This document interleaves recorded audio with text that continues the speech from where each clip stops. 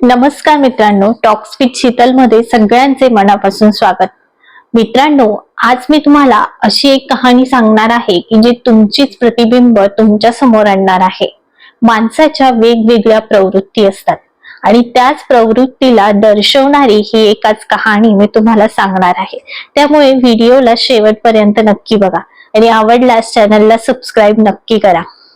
मित्रांनो, एक राज्य दरबार असतो आणि एक दिवस राजाच्या दरबारात एक कठपुतलीवाला येतो। म्हणजे त्याच्याकडे खूप वेगवेगळ्या प्रकारच्या मूर्त्या असतात, पण त्याच्यामध्ये 3 मूर्त्या ह्या अतिशय खास असतात आणि त्या तिन्ही मूर्त्या दिसायला सारख्या असतात, परंतु त्या मूर्त्यांची किंमत मात्र वेगवेगळी असते। त्यामध्ये प्रत्येक कठपुतलीची किंमत ही वेगवेगळी असते। तिन्ही कठपुतल्या दिसायला सारख्याच असतात, परंतु त्या तिघांचीही किंमत वेगवेगळी असते। तो राजा त्या मूर्तिकाराला विचारतो की मला सांग, या मूर्त्या या कठपुतल्या दिसायला तर सारख्याच आहेत, मग यांची किंमत वेगवेगळी का? त्यावरती तो मूर्तिकार हसतो आणि राजाला सांगतो की पहिली मूर्ती ही अतिशय अमूल्य आहे, तिचं काही तोलच नाही।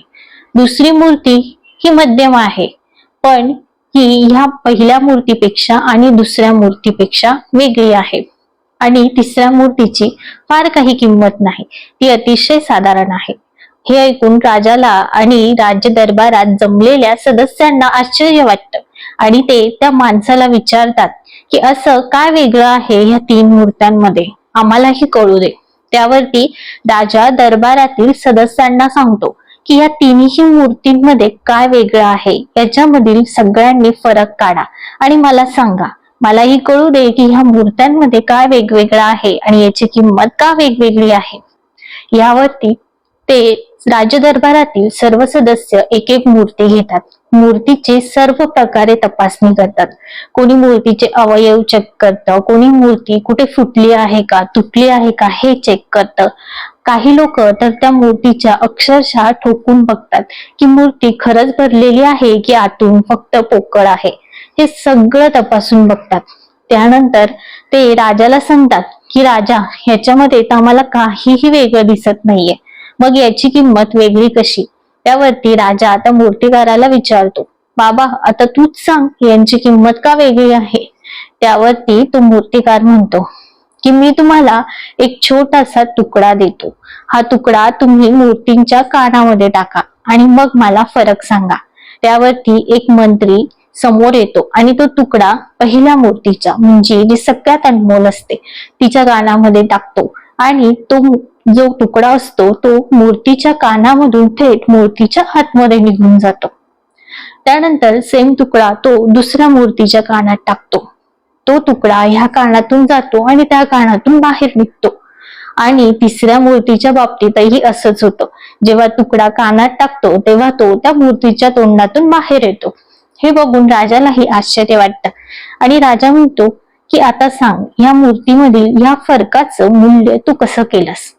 त्यावरती तो मूर्तिकार अगदी छान उत्तर देतो। तो राजाला सांगतो की राजा, या मूर्त्या म्हणजे आपणच आहोत। या 3 मूर्त्या म्हणजे माणसाच्या 3 प्रकारच्या प्रवृत्ती आहेत। पहिली मूर्ती म्हणजे की माणूस जे काही ऐकतो ते तो त्याच्यामध्ये आत्मसात करतो, त्याच्यावरती विचार करतो, काय सत्य आहे काय असत्य आहे याची पडताळणी करतो आणि त्यानंतरच तो बोलतो। ही आहे पहिल्या मूर्तीची खासियत। दुसऱ्या मूर्तीमध्ये जेव्हा आपण तुकडा टाकला तेव्हा तो मूर्तीच्या दुसऱ्या कानातून बाहेर आला। म्हणजे जगात काही लोक अशी आहेत की जी काही गोष्टी ऐकतात, आत्मसात करतात आणि सोडून देतात, त्यावरती ते कुठलाही वादविवाद करत नाहीत किंवा त्या गोष्टीची पडताळणी करत बसत नाहीत किंवा वाच्यताही करत नाहीत। अशी ही दुसऱ्या मूर्तीची खासियत आहे। आणि तिसऱ्या मूर्तीचं म्हणशील तर तिसऱ्या मूर्तीच्या कानात आपण जेव्हा तुकडा टाकला तो तिच्या तोंडातून बाहेर आला।